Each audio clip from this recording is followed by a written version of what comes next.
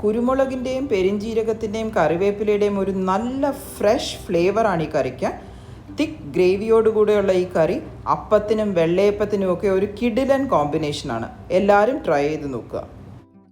നമുക്ക് ഈ മുട്ടക്കറി എങ്ങനെയാണ് ഉണ്ടാക്കുന്നതെന്ന് നോക്കാം. ചൂടായ പാനിലോട്ട് 2 ടേബിൾ സ്പൂൺ വെളിച്ചെണ്ണ ഒഴിക്കാം. ഇനി ഇതിലോട്ട് 2 ടേബിൾ സ്പൂൺ ഇഞ്ചി വെളുത്തുള്ളി ചതച്ചത് 5-6 പച്ചമുളകും കൂടി ഇട്ട് നല്ലതുപോലെ ബ്രൗൺ ആയി വരുന്നത് വരെയും ഫ്രൈ ചെയ്തെടുക്കാം.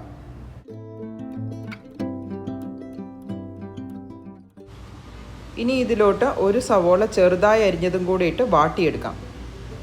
സവോള പെട്ടെന്ന് വാടി വരാനായിട്ട് 1 ടീസ്പൂൺ ഉപ്പും കൂടെ ഇട്ട് കൊടുക്കാം.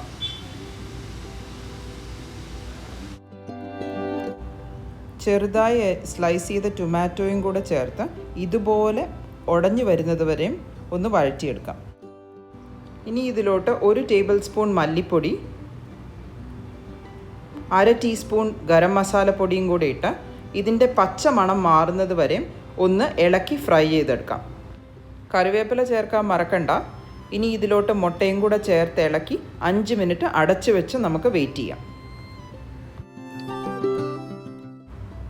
തേങ്ങയുടെ 2ാം പാലും കൂടെ ചേർത്ത് തിളയ്ക്കാനായിട്ട് അടച്ചു വയ്ക്കാം. കറി നല്ലതുപോലെ തിളച്ചിരിക്കുകയാണ്. ഇനി സ്റ്റൗ ഓഫ് ചെയ്ത് ചൂടാറുന്നത് വരെ വെയിറ്റ് ചെയ്യാം. കറിയുടെ ചൂടൊക്കെ ആറി ഇനി ഇതിലോട്ട് തേങ്ങയുടെ 1ാം പാലും കൂടെ ചേർത്ത് ചെറുതീയിൽ ഒരു ആവി വരുന്നത് വരെയും നമുക്ക് ചൂടാക്കാം.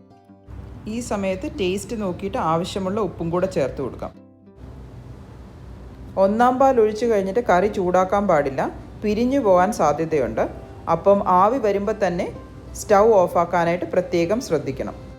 നമ്മുടെ കറി ഏകദേശം റെഡി ആയിട്ടുണ്ട്. ഇനി ഇതിലോട്ട് 3-4 ടൊമാറ്റോ സ്ലൈസസ്, നീളത്തിൽ അരിഞ്ഞു വെച്ചിരിക്കുന്ന ഇഞ്ചിയും പച്ചമുളകും, 1 തണ്ട് കറിവേപ്പിലയും, പിന്നെ ഫ്രഷ്ലി പൊടിച്ചു വെച്ചിരിക്കുന്ന പെരിഞ്ജീരകവും കുരുമുളകും കൂടെ ഇട്ട് അടച്ചു വെച്ച് 5 മിനിറ്റും കൂടെ വെയിറ്റ് ചെയ്യാം. നല്ല ഫ്രഷ് ഫ്ലേവേഴ്സോട് കൂടിയ ഒരു മുട്ടക്കറി റെഡിയാണ്. എല്ലാവരും ട്രൈ ചെയ്ത് നോക്കുക.